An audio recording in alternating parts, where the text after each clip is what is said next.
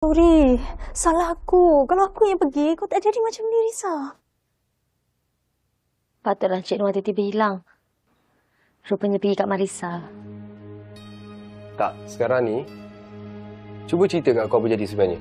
Man, masa aku datang dekat Marisa, aku dah nampak lelaki tu nak culik dia, kau tahu tak? Astaghfirullahaladzim. Kan jadi lagi kat kau. Risa. Kau tahu kan dah bertahun-tahun dah Risa buat benda ni. Cuma itulah Risa... Itulah. Ha? Abah, yang paling penting sekarang ni adik selamat. Ni nasib baik ada Cik Noah ni. Kalau tak nanti apalah yang jadi adik ni.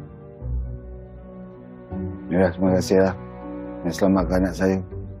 Pakcik, saya faham Pakcik risau.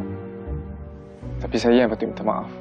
Sebab saya yang minta tolong Marisa untuk bantu NGO saya. Ini semua salah saya, Pakcik.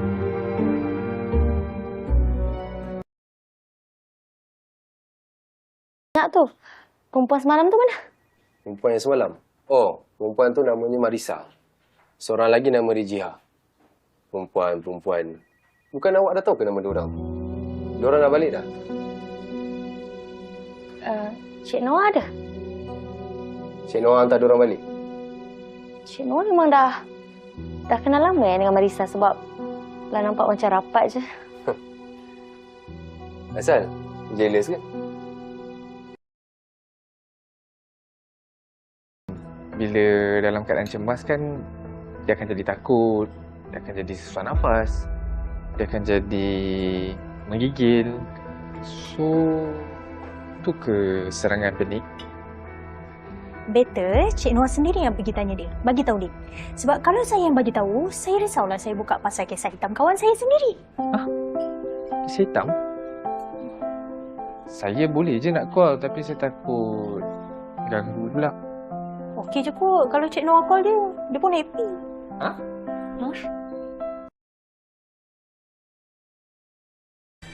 Kenapa ni? Cik Noah. Cik Noah rasa muka saya ni memang layak kena tipu ke? Cik Noah nak tahu tak? Lelaki yang saya ingat dia sukakan saya, dia tipu saya. Aulia.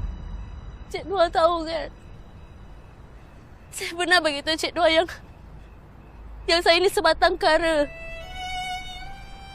Lelaki tu, saya nampak dia dengan perempuan tu.